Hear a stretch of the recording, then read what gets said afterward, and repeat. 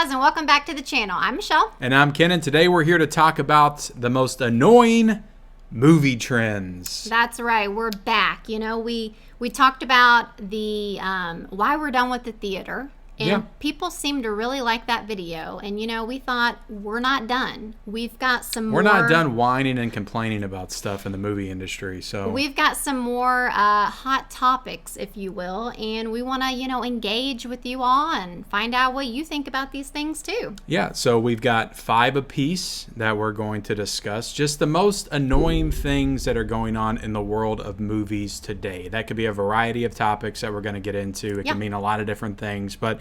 The things about movies today that just annoy us. They get on our nerves. That's what we're going to discuss here today. But like she said, if you've got any of those that we don't discuss, let us know in the comment section below. Before we get into it, though, hit the subscribe button if you haven't already. We talk about movies and TV on this channel. We do reviews. We do fun, entertaining live streams every Monday night. If you like that kind of stuff, hit the subscribe button. And also, like this video. Like the video like she said. Okay. Let's get into it. I'm going to start with you. Okay. I'm going to kick it off with you. Okay. Your number one most annoying movie trend. So what really grinds your gears? Okay. Now you didn't like put these in order of most annoying, did you? No, I'm not ranking. Not ranking. No. Well, it just so happens that this one is very up there for me. Okay.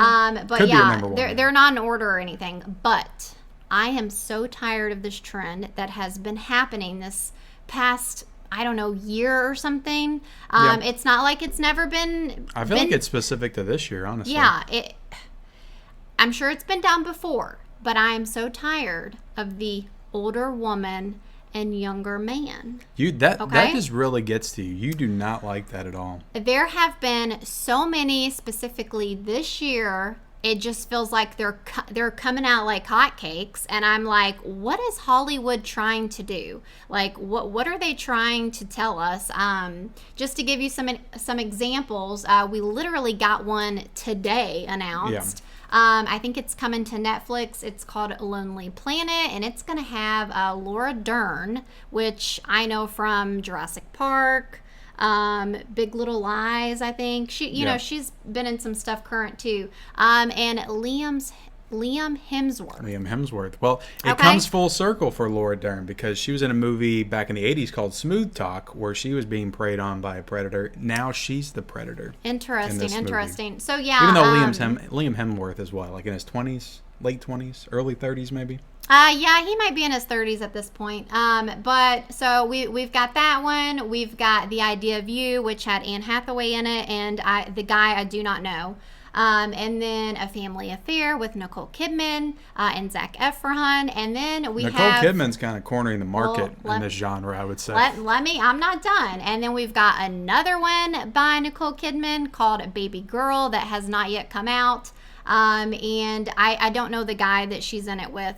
But there definitely seems to be a theme. When I look at the ages of these actors, I mean, there's like a good 25 to 30 year gap. So we're talking like mom and son stuff. And so to me, I don't know if it's because I have a son or what, but to me it just seems very like predatory, very just inappropriate, gives me the ick. Like I don't know, there's something about it I do not feel comfortable. I don't feel comfortable with it. Just doesn't do it for you. You know what I think it is? I just think it's, you know, Hollywood's way of kind of paying back the women. You know, for years, I feel like in the 40s and the 50s and the 60s, like a lot of the actors and actresses, like the actors were like in their 50s and the actresses were like in their 20s. Yeah, like Pretty Woman. But that wasn't like a thing for like the movie to focus on. Like that's just how it was. Right. Like they were relationships, actresses in their 20s and actors in their 50s. Yeah, like these movies that I gave you examples of, like that is, it seems to be the plot of the movie. Yeah. Like, so anyway. Which you can only do that so many times and then it just kind of gets a little old. Yeah, it's just, I'm done with it. I'm over it. So what do you got? I'm tired of all the legacy sequels, the reboots, the adaptations, the franchises that nobody asked for. You know, we just got Borderlands. It's like that was about 12 years too late. But this is something that started back, I would pinpoint it to 2015 when we got Jurassic World, which was a kind of a legacy sequel to the first Jurassic Park. Also Lost World, I guess. And then Star Wars The Force Awakens, which I enjoyed both of those movies at the time, but I feel like that kind of just really kicked off this new age of just everybody wanting to go back to the well and just mine these old IPs from the 80s and the 70s and all these older movies. And because of that, we've gotten some good stuff. Like I think Creed is a good legacy sequel. Top Gun Maverick obviously is a great movie. But like so much crap in there as well. Like Ghostbusters, like did we really need to bring back Ghostbusters? Right, yeah. Candyman was just one of the worst for me. I hated Candyman Not 2021.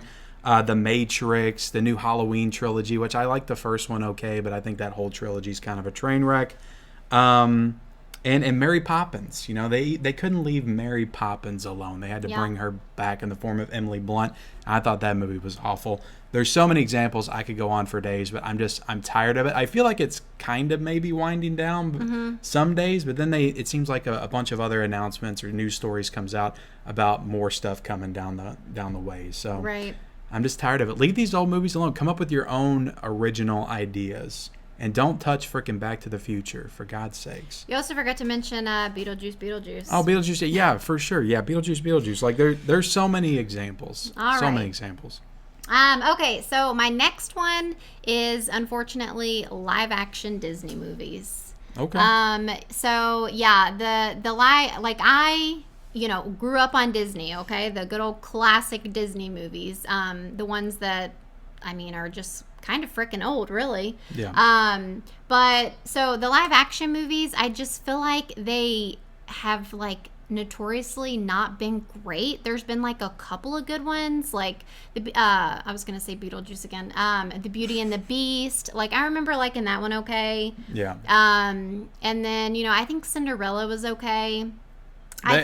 Yeah, Cinderella was good. I think they got a little too big for their britches with Beauty and the Beast because that made a ton of money, and they were like, "Oh, we got something here." Yeah, I think though, more to take it a step further, more specifically, the live action animal Disney remakes. Yeah. Because those just end up being a National Geographic movie or something. And they're really honestly animated. Right. It's still animated. It's basically just the animated version all over again, but just more realistic. I will say I liked Jungle Book. I did like Jungle Book because at least it had a real person in it to kind of ground things. But The Lion King I thought was atrocious. But yeah, it was just one though, right? There's just one person in the Jungle Book. Just one, yeah. Mowgli. There might have been some other human characters as well. I did mention the Jungle Book, but yeah, The Lion King, The Lady and the Tramp. Oh God, I almost forgot that happened. So yeah, there you go. Pinocchio we didn't see, but I heard that was awful too. Right. So there you go. Yeah.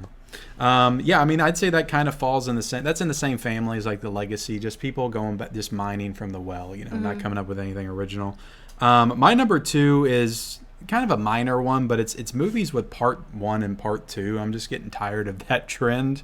Because we just had the example of Mission Impossible Dead Reckoning Part 1, and they actually are now taking the Part 1 off of it and erasing that, and the next Mission Impossible is gonna have another subtitle on it. Gotcha. Because that movie didn't do too well, so they don't want to title it the same thing again.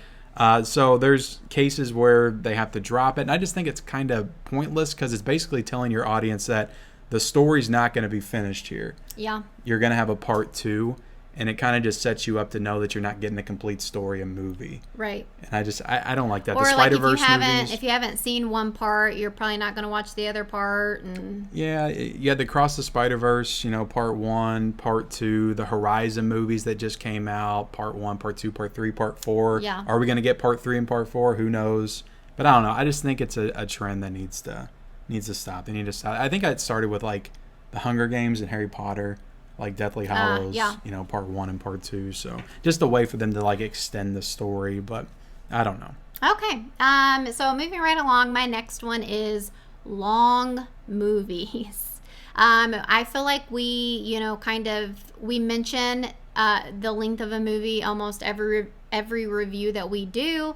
Love it or hate it. the length of a movie does matter to me. If a movie is super long, 2.5, 3 hours long, I am going to be much less likely to watch it, because I mean it's just hard enough as it is for us personally, I guess, to watch like an hour and a half movie.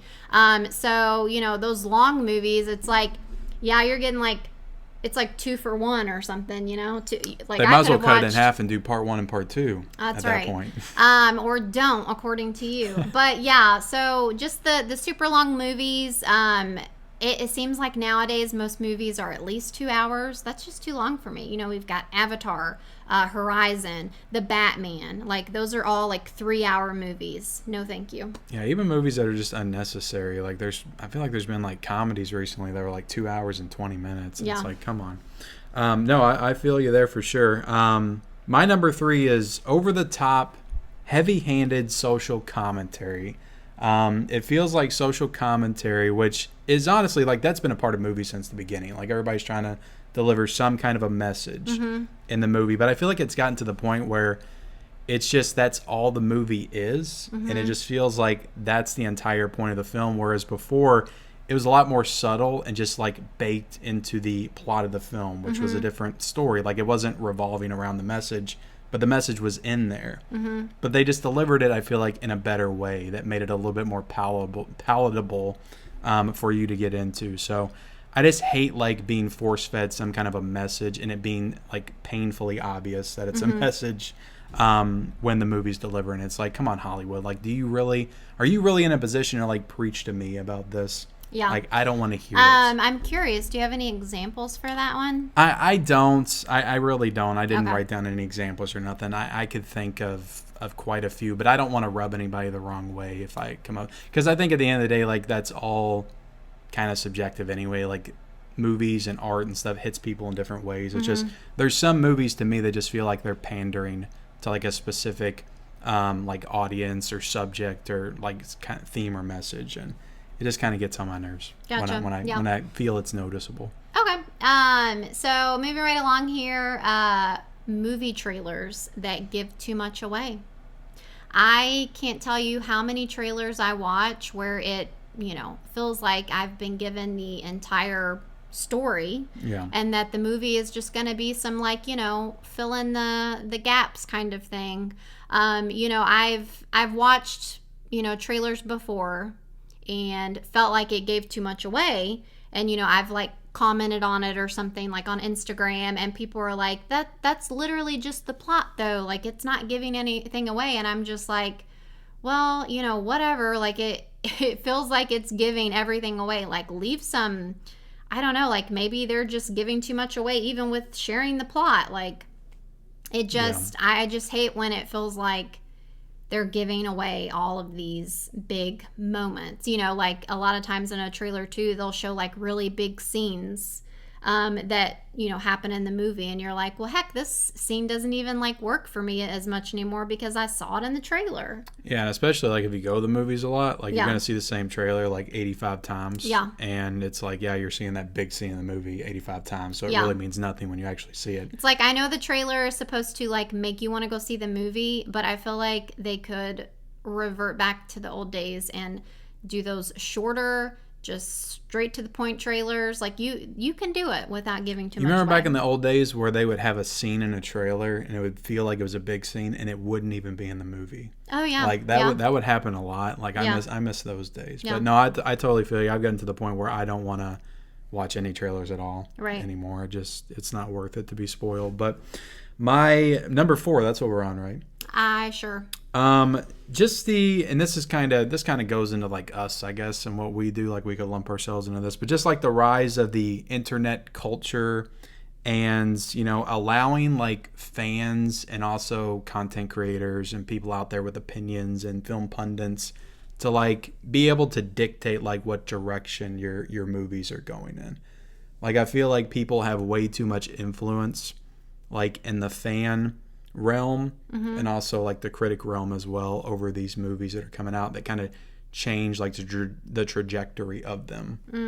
Interesting. And I just think that artists should be able to create stuff unaltered by like any kind of like interference. Like obviously there's going to be studio interference, but I don't like like fans of the art being able to dictate like what direction they want something to go in. Like make your movie and let people interpret it how they're going to interpret it. And the big example I have for that is Star Wars. They let the fans just kind of dictate where they wanted the story to go, and that's how you got Rise of Skywalker, which is easily the worst Star Wars film to me, and that pretty much just killed the entire like Star Wars movie universe, because we don't even get movies anymore, like we get TV shows.